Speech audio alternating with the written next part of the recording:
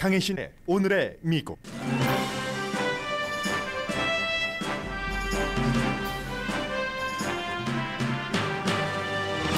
미국 연방 정치인들이 연말이고 네임덕 기간임에도 생산적으로 일하고 있습니다. 무척 예외적인 한 해 마무리입니다. 하버드 대학은 학교 역사상 처음으로 흑인 총장을 선택했습니다. 클라우딘 게이 하버드 30대 총장은 아이비리그 대학에서는 두 번째 여성 총장이 됩니다.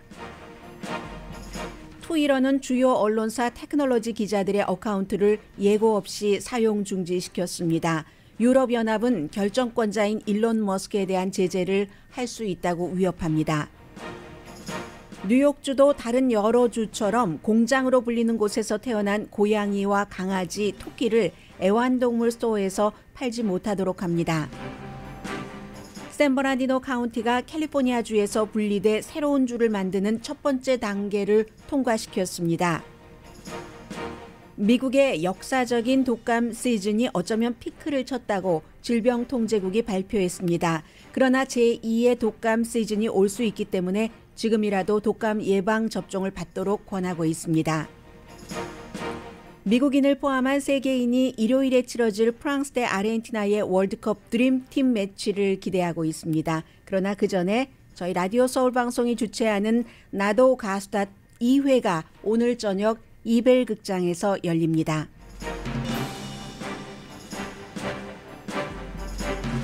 여러분 안녕하십니까? 오늘의 미국 강혜신입니다. 오늘이 이제 12월 달 15일도 지나고 16일입니다. 한 해가 가기 전에 바쁘기도 하고 어수선하기도 하지만 대부분 많은 분들이 꼭 이것은 마무리를 해야지 되겠다 하고 생각하시는 일이 있을 겁니다.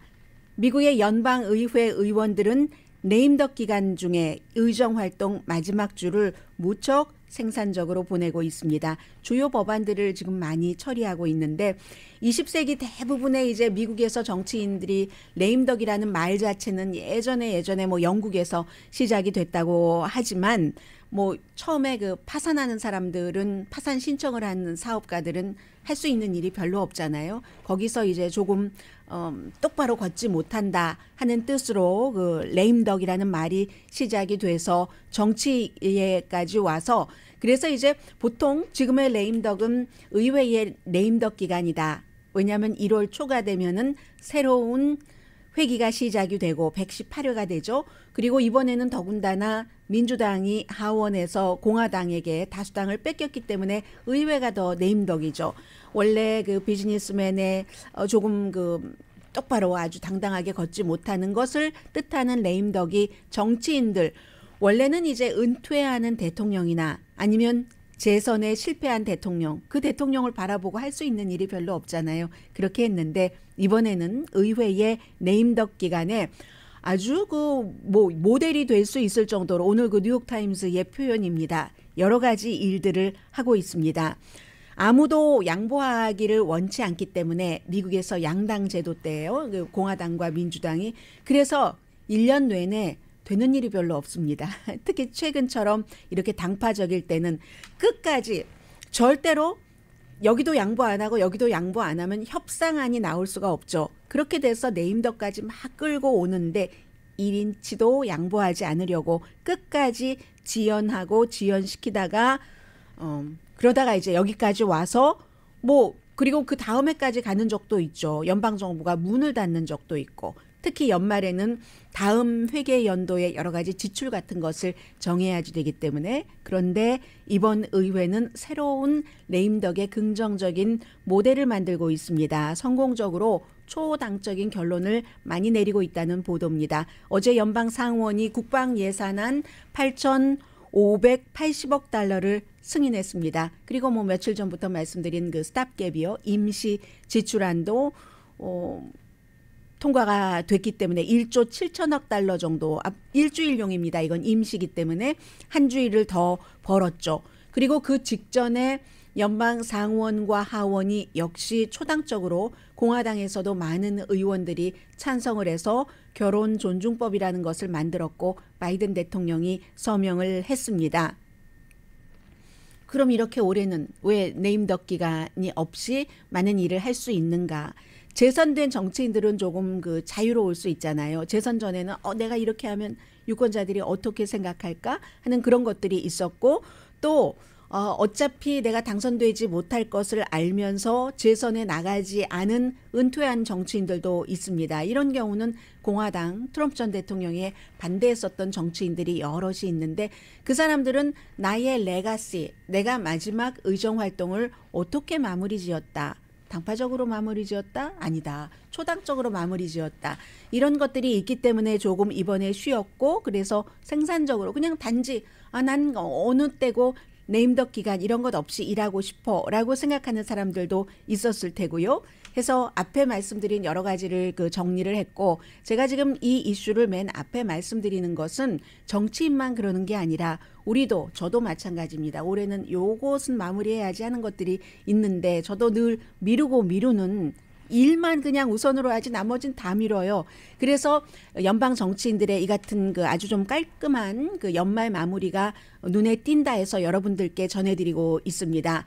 16일이기 때문에 2주일 정도 남았습니다. 다른 일들 하면서도 연방 의원들도 해야지 될 일이 있죠. 우크라이나에 대한 추가 지원안 같은 것도 다음 주에 또 마무리를 지어야지 되고, 그리고 트럼프 전 대통령이 선거 결과를 뒤집기 위해서 이용하려고 했었던 선거법, 여러 가지 좀 애매한 부분이 있는 이런 선거법에 대해서도 초당적인 개편이 올해가 가기 전에 이루어질 수가 있고, 또 공화당이 의사당 폭동 사건 우리 다수당이 되고 나서 118회 의회 때는 이런 거 안 하겠다라고 선언 내지는 공약을 했기 때문에 민주당이 주도하는 조사위원회는 다음 주에 이것도 마무리를 지어야지 됩니다. 마무리를 지을 수밖에 없습니다. 그래서 아마 다음 주에는 가장 큰 뉴스 가운데 하나가 의회 의사당 폭동 사건 조사위원회가 트럼프 전 대통령이 됐건 측근 인물들이 됐건 이 사람들을 형사 기소를 하십시오 하는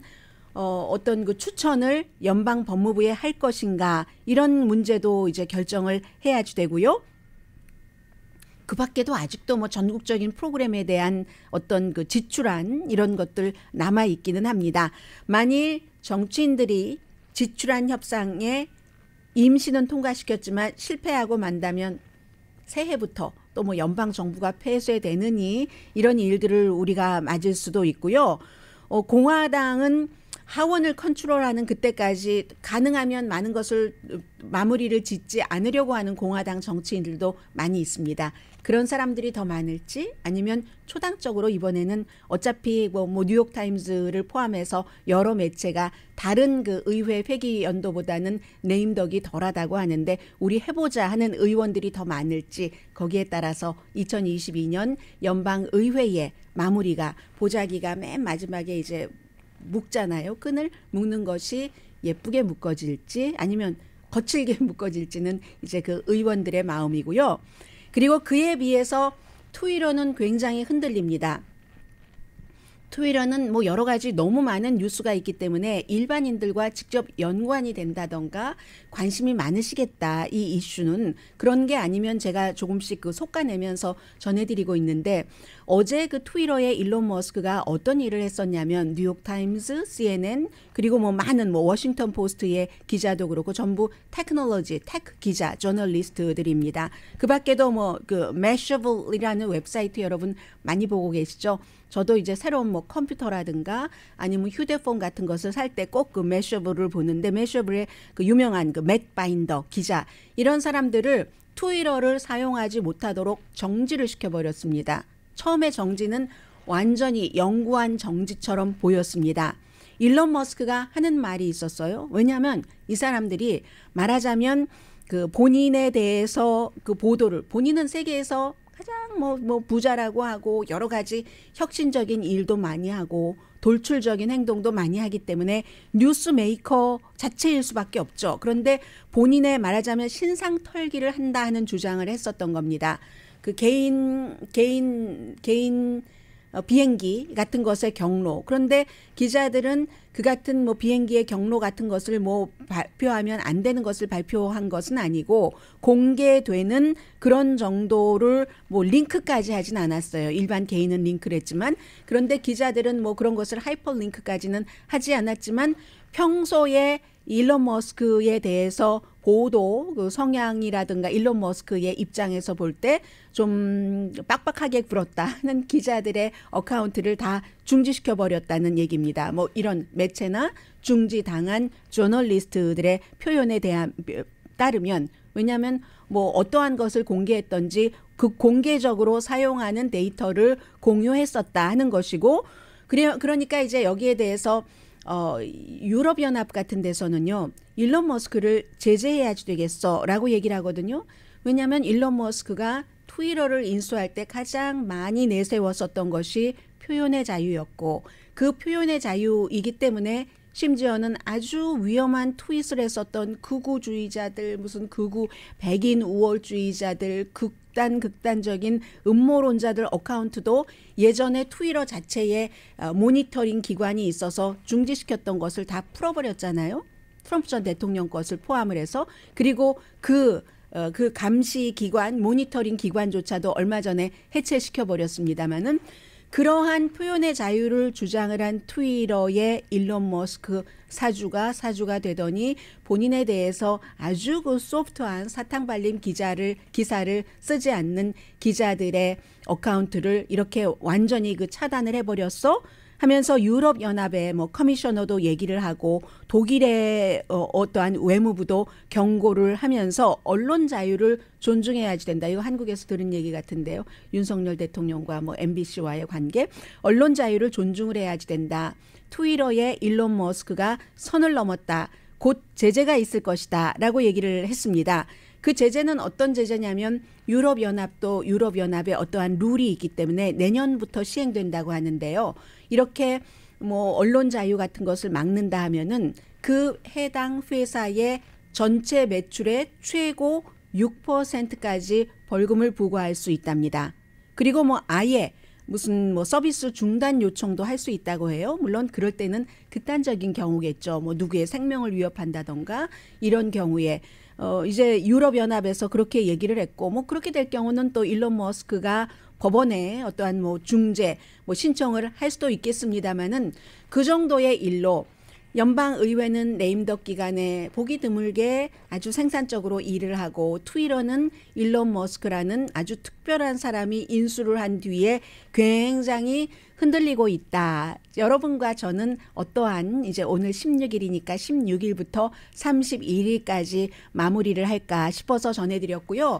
그리고 저희 라디오 서울 방송은 이제 개국한 지 30년을 맞았습니다. 저희가 제일 처음에는 제가 그때부터 있었거든요. 페사디나의 저쪽 산속에서 이제 그 트럭 같은 것을 하나를 놓고 트럭 안에 장비가 있었고 거기서부터 시험 방송을 하기 시작해서 저희가 버먼트 여러분들 아시죠? 버먼트와 일가에서 약간 북쪽인가요? 거기에 사옥이 있었고 그 당시에 뭐 김일성 주석이 갑자기 숨지고 그때도 제가 있었어요. 제가 가는 곳에 뉴스가 따라가는 경우가 많습니다. 제가 뉴스를 따라가는 것이겠지만 8시가 넘었는데 그런 일이 있으면 저희가 막 보도를 했고 그러다가 또 이제 그 로스모아 쪽으로 서쪽으로 저희가 사옥을 옮겼었잖아요.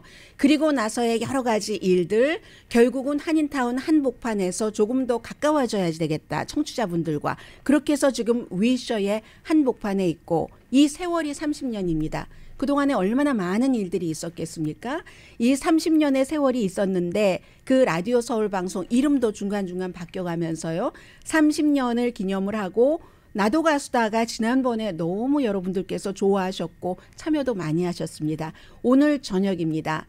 웨이셔 이별극장 한번 오세요. 여러분들 물론 티켓은 배부가 됐지만 혹시 남아있는 게 있을 수도 있는지 이제 나중에 프로그램들에서 얘기를 하겠죠. 웨이셔 이별극장이 코비드-19 그때에 굉장히 업그레이드를 해서 무척 훌륭한 극장이 됐답니다. 그 전에도 훌륭한 극장이었지만 여기서 나도 가수다 2회를 저희 라디오 서울 방송은 올해에 그리고 창사 30주년 기념으로 마련을 했습니다. 많은 나도 가수예요 하시는 분들이 나와서 정말 대단한 공연을 여러분들께 선사해 드릴 거고 그리고 저희 라디오 서울 방송 30년 역사상 처음으로 모든 진행자들이 무대 위에 올라가서 전 샤이해서 싫어요 하는 사람이나 아니거나 누구나 다 오늘 무대에 올라갑니다. 저도 저녁에 여러분들을 무대에서 인사하는 것으로 뵙겠고요 하니까 저희 라디오 서울 방송 방송하시는 분들 또 많은 분들 전부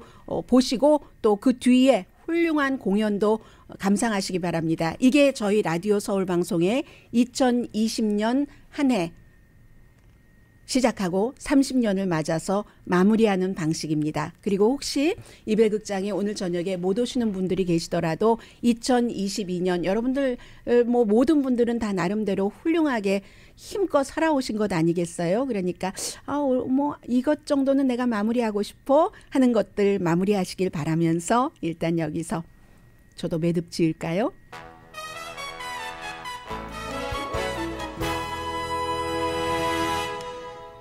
잠시 뒤에는 역사적인 일들이 연말인데도 많이 일어나고 있네요. 하버드 대학에서, 뉴욕주에서, 캘리포니아주의 샌브라디노 카운티에서 전해드립니다.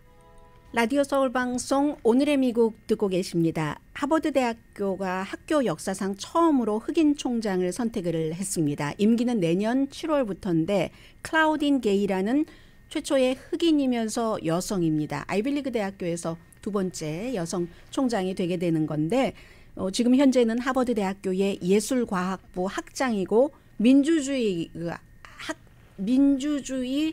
전문 학자이기도 합니다. 그래서 정치학과 아프리칸 아메리칸을 같이 학생들에게 가르쳤었는데 현재는 로렌스 바코 총장이고요. 이 게이 박사에 대해서 우리가 총장으로 선택을 했다는 그 하버드의 발표를 보니까 예리함과 포용력, 그 지적인 범위가 넓음, 전략적으로 세련됨, 총장은 이런 것도 필요하잖아요. 전략적인 결정하는 것들. 제도에 대한 하버드 제도를 말씀드리겠죠. 하버드의 그 기관에 대한 야망은 너무나 큰데 개인적으로는 엄청 겸손하다. 이보다 더 좋은 말이 어디 있겠어요. 아주 조화로운 사람이라는 얘기인데 그래서 어제 이런 그 발표에 대해서 본인이 학교에서 굉장히 너무 좋아요. 크레이지하지 않아요? 이렇게 얘기를 하면서 하버드 대학교의 강점은 사람입니다. 피플이 하버드의 강점입니다라고 얘기를 했고 우리가 그 아이보리 타워 그게 상하탑이죠. 상하탑에 대한 그 지금까지 막 말해왔었던 그 이상 상하탑이 이래야 된다. 상하탑 안에 이런 얘기를 하는 것은 과거지 미래가 아니다. 이 학교라는 또 이런 그 중요한 훌륭한 기관은 사회 밖에서는 존재하지 않는다. 과거에는 상하탑을 신성하게 그 안에서 일했는데 이 새로운 차기 총장은 학교도 사회의 부분이다. 그래서 사회와 같이 가야지 되고 세계의 사회에 서비스를 해야지 된다. 공적인 역할을 그런 얘기를 했고요. IT 이민자의 딸입니다. 스탠포드 대학교에서 공부를 했습니다. 1992년도 학사학위를 받았고 하버드에서 98년도에 박사학위를 받았습니다. 정치학 분야의 최고의 논문상을 받았다고 하네요. 그 논문상 이름이 토판 어워드가 아니고 프라이즈입니다. 2006년부터 하버드에서 교수를 하기 시작했고 말씀드린 대로 정치학, 아프리칸 아메리칸 학과, 미국에서 인종과 정치가 어떻게 연관되는가 그리고 사회 여러 가지 그 사실 연관되는 것이 사람들의 정치적인 시각을 어떤 형태로 이끌어가고 투표를 어떻게 하게 하는가 이런 것들 미국에서의 인종과 정치는 그런 모든 것에 반영된다 하는 것을 항상 강조했다고 하고요. 그런데 더군다나 이 클라우딘 게이 그 하버드 차기 총장 30대 총장의 경우는 연방 대법원이 지금 심의 중이잖아요. 결론은 내년 이 하버드 대학교 총장이 취임하기 전에 나올 것 같네요. 직전에 6월경에. 현재로서는 하버드 대학교가 어퍼머티브 액션이라는 특정 인종에 대해서도 그 인종도 입학할 때에 어떠한 그 고려를 하는 전인적인 인간을 키우기 위해서 그것이 합헌인가 합헌이 아닌가에 대한 심의를 하는 그 기간의 최초의 흑인 그것도 여성 총장이 하버드에서는 지금 탄생한다 하고 결정은 이미 난 것입니다. 캘리포니아주가 제일 먼저 했습니다. 미국에서. 어떤 얘기냐면요. 왜 이때가 되면 공기가 바뀌면서 먼지가 돌아다니나요? 살살 말하겠습니다. 먼지 들어가면 저 기침 나와요. 2017년이었는데 캘리포니아주가 미국에서 처음으로 뭐 이렇게 강아지 고양이를 밀이라고 하죠. 우리 무슨 일반 식품은 또 그 가축들 공장에서 키워낸다 하듯이 이런 그 애완동물 밀이라고 해서 그런 곳에서 애완동물을 막 그 접붙이고 해서 사람들에게 팔기 위해서 목적이 그렇게 하는 것을 막았습니다. 물론 집에서 사람들이 이렇게 키우고 새끼를 나와서 팔고 이런 것은 허용을 했습니다만 그 뒤에 메릴랜드가 2020년에 비슷하게 강아지, 고양이 뭐 이런 거 금지시켰고요. 이건 법적 도전에 지금 들어가 있습니다. 지난해에는 일리노이도 마찬가지. 그리고 이번에 뉴욕에서 주지사가 서명을 했습니다. 고양이, 강아지, 토끼를 애완동물 스토어에서 팔지 못하도록, 전혀 팔지 못한다는 게 아니라 말씀드린 것처럼 상업용으로 팔기 위해서 공장 같은 곳에서 이 아이들을 접붙여서 나고 기르고 한 그런 그 강아지, 고양이, 토끼는 펫샵에서 팔지 못하도록 찬반이 많습니다. 찬성은 뭐 여러분들께 지금 말씀드린 그런 것이 가장 그 중요한 이유고요. 파피밀즈라고 하잖아요. 우리가 파피 강아지 공장 해서 이것도 뉴욕도 캘리포니아와 마찬가지로 집에서 이제 그 새끼를 낳은 것 거기에 대해서는 그 금지하지 않았습니다. 그런 경우 연간 9마리 이상은 팔지 못하도록. 뭐 강아지가 새끼 나면 한 번에 6마리 뭐 이렇게 낳는 건 보통이잖아요. 그러니까 9마리 이상 판매는 집에서 기르던 강아지라도 금지하고 그리고 강아지도 요즘 막 그 임신하지 못하도록 수술 다 시키고 하는데 어린 그 자녀를 키우시는 분들은 우리 집 강아지가 11마리예요. 강아지 집인지 사람 집인지 모르겠어요 하는 경우 있잖아요. 우리 딸내미가 말이에요. 강아지를 너무 좋아해서 그런데 그 딸내미가 아니 그거 임신 안 되도록 그 조치를 하죠. 너무 불쌍해서 못하겠대요. 인간이 인간을 어떻게 그렇게 하느냐고. 그러는데 나중에 그 강아지들을 언제까지 다 키울 수 있을지 그건 모르죠. 아무튼 그런 식으로 9마리 이상의 판매는 금지하고요. 시행 자체는 당장은 아니고 2024년부터 그러니까 1년 뒤부터 시행을 합니다.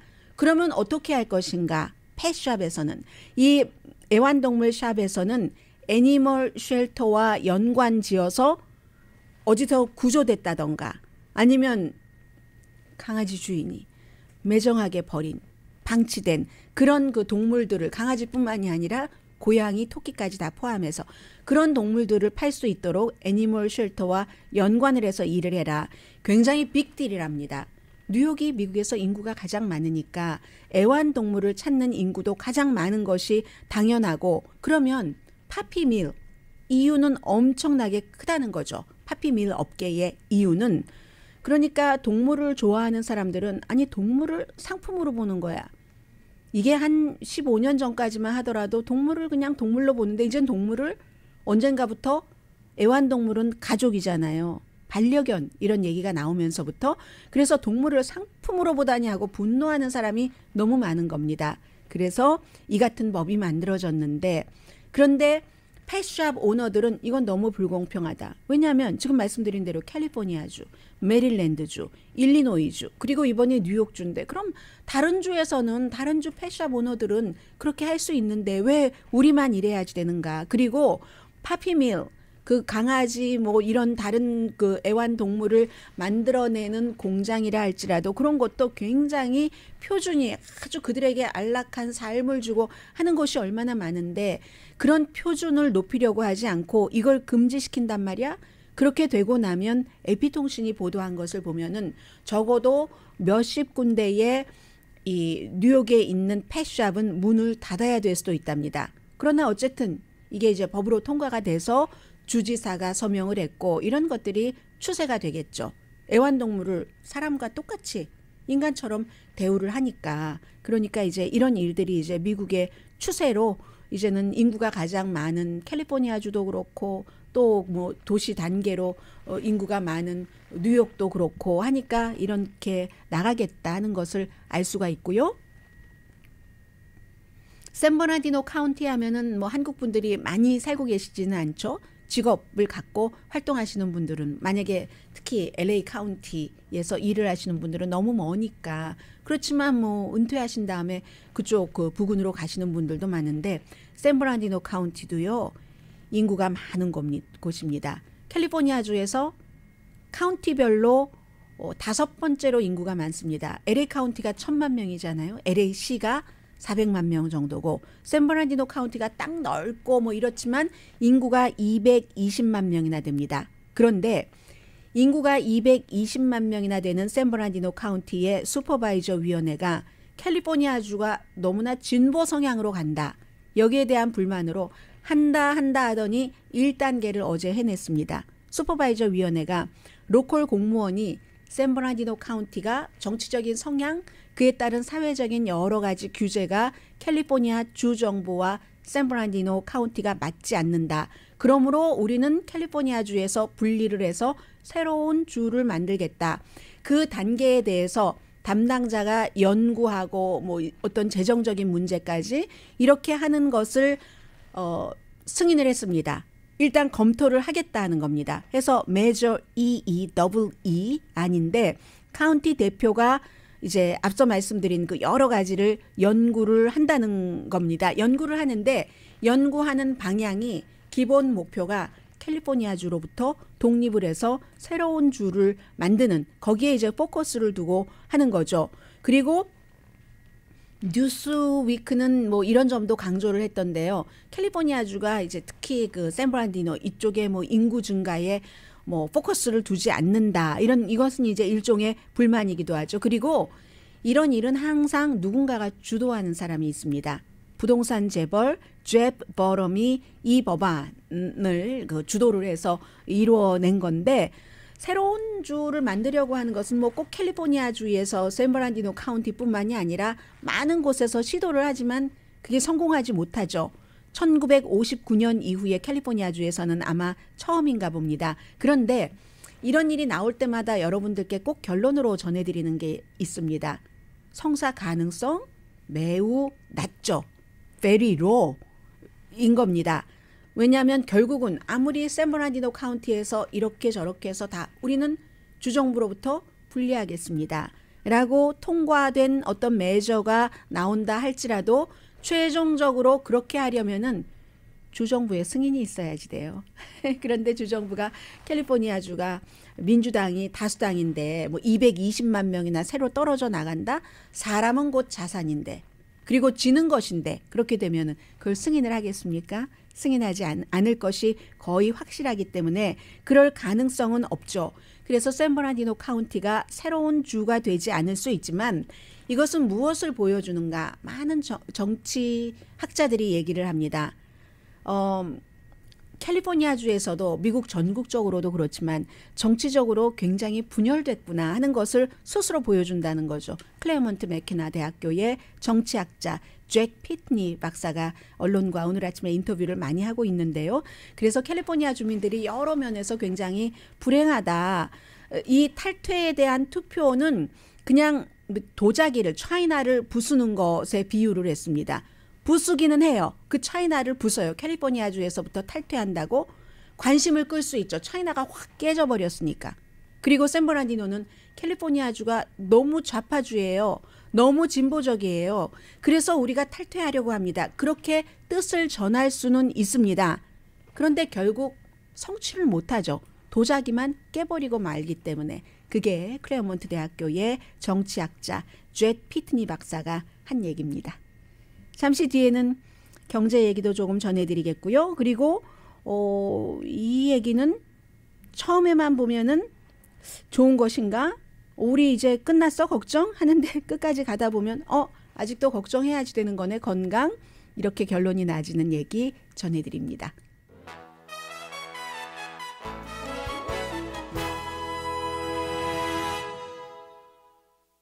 라디오 서울 방송 오늘의 미국 듣고 계십니다.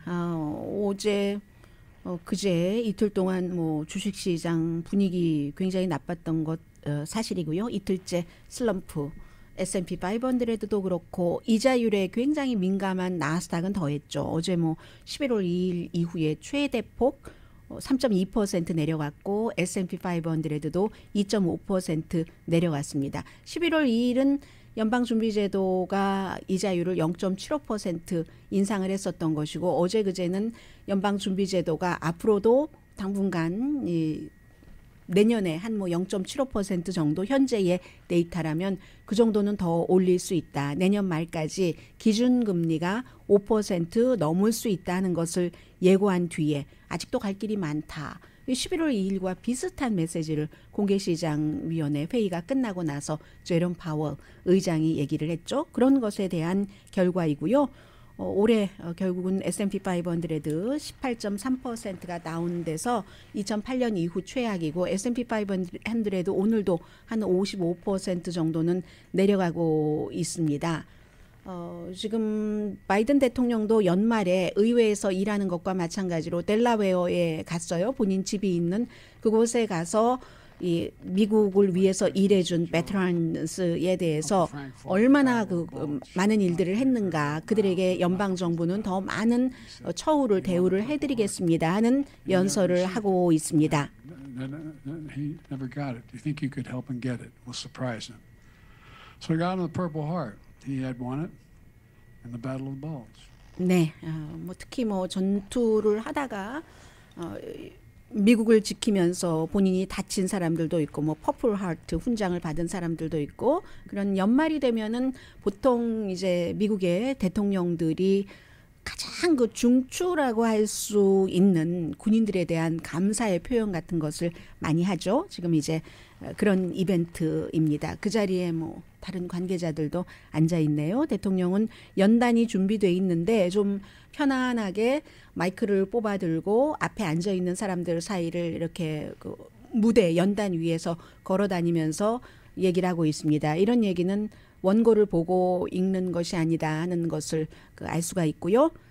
미국의 역사적인 독감 시즌이 피크를 쳤을 수 있다. 쳤다가 아니라 쳤을 수 있다. 질병통제국이 오늘 발표를 했습니다. 올해는 지난 몇 년과 비교할 때 좀 혹독한 독감 시즌이기도 했고 독감 시즌이 좀 빨리 왔었잖아요. 그래서 이제 새로운 데이터를 보면은 지금이 절정인 것 같다는 얘기거든요. 계절 독감으로 1,300만 명이 감염이 됐고 12만 명이 입원을 했고 7,300명이 이미 사망을 했습니다. 어린이 21명을 포함을 해서 이게 이제 지난 10년 사이에 딱 요 기간으로 볼 때 가장 많은 그 독감 감염 사례 또 입원 사례이랍니다. 그리고 뭐 요즘은 뭐 코비드 뭐 독감 같은 것이 막 겹쳐서 아주 혼돈되기도 하고 하잖아요. 일찍 시작이 돼서 아픈 사람이 이렇게 많은 이 정도인 것은 전례 없는 일이라는 것을 다시 강조를 했고요. 전국적인 추세는 피크를 쳤다. 독감은. 그런데요. 지역적인 웨이브는 있을 수 있다. 더군다나 내년 봄에는 코비드와 또 충돌을 할 가능성이 있다. 이게 독감의 경우는 보통 집에서 아이들이 학교에서 걸려오거나 아이들이 밖에서 독감 걸려오면 부모님들이 그 다음에 걸리잖아요. 지금 어린이 병원의 응급실 의사들이 얘기하는 게 이제 아이들은 피크를 친 것 같은데 올해 바이러스가 하도 예측 불가능하기 때문에 백신은 독감 예방 접종은 잘 듣는데요. 그런데도 예측 불가능해서 이게 두 번째 감염 시기가 또 올까? 그렇다면 1월, 2월, 3월이 될까? 여기에 대한 결론을 내리지 못하고 있답니다. 일반적으로 이제 휴일, 크리스마스, 새해, 연휴 지나고 나면은 독감 많이 늘어나잖아요. 그래서 보통 1월 말, 2월 초에 최고조에 달하고 봄이 되면서 이제 수그러지기도 하고 뭐 이른 봄에 걸리시는 분들도 있고 하는데 올해는 벌써 피크라고 하니까 두 번째가 오는 거야 하는 것을 생각을 해본다는 얘기입니다. 기본적으로 10월 16일부터 3월 초까지 이제 독감 시즌으로 보고 있는데 일찍 시작이 돼서 기하급수적으로 이게 이제 어린이 병원에서부터 시작이 돼서 호흡기 질환이죠. 여러 가지 막 기하급수적으로 늘어났다가 떨어진다. 지금이 이제 어린이 병원에서는 떨어지는 시기랍니다. 그렇지만 또 올지 모르니까 독감 주사 안 맞으신 분들 계시죠? 이번에 특히 이제 이번에는 독감 예방 접종과 업그레이드된 부스터샷을 같이 이렇게 줬기 때문에 그 당시에 컨디션이 나쁘셨던 분들은 안 맞으신 분들이 계실 텐데 피크다 해서 안 맞으셨던 분들 안 맞지 마시고 독감 접종도 받으시랍니다. 독감 얘기를 말씀드렸으니까요. 제인 폰다 아시죠 여러분들? 영화배우로 유명했었고 나중에는 나이가 많은데도 저렇게 신체 관리를 잘해 뭐 건강, 몸매 관리 이런 비디오를 제일 처음 만들기 시작한 제인 폰다가요. 암, 차도가 있답니다.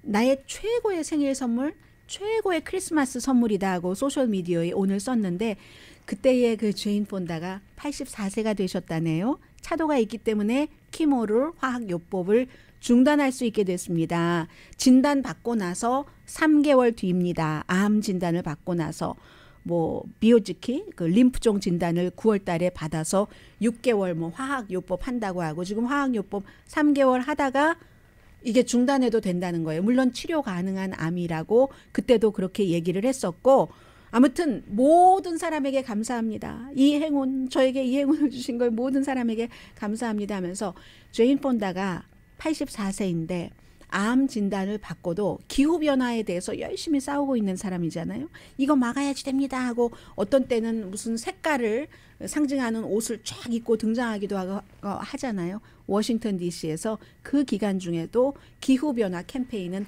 계속 했었는데 네, 키모를 중단할 수 있다고 하니까 제가 제인 폰다는 영화로밖에 못 봤지만 황금연못 등등 그렇지만 축하합니다. 잠시 뒤에 뵙겠는데요. 잠시 뒤에 뭐 월드컵 얘기 조금 해야지 되겠죠? 아무래도 일요일에.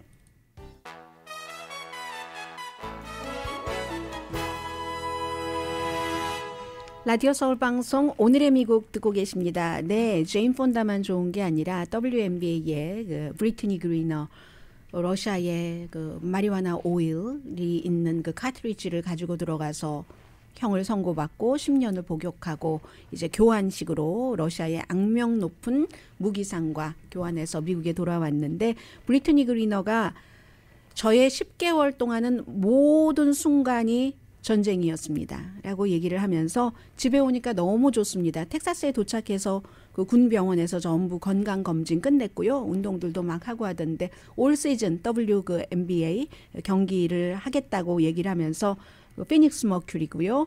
너무너무 좋다. 집에 오니까 너무너무 좋다. 그런 얘기를 했고 오늘 아침에 나오는 얘기를 보면은 FIFA가 젤렌스키 우크라이나 그 대통령이 여기서 그 비디오 메시지를 좀 평화의 메시지를 그 월드컵에서 보내고 싶습니다 하고 요청을 했는데 거부당한 것으로 지금 알려지고 있고요.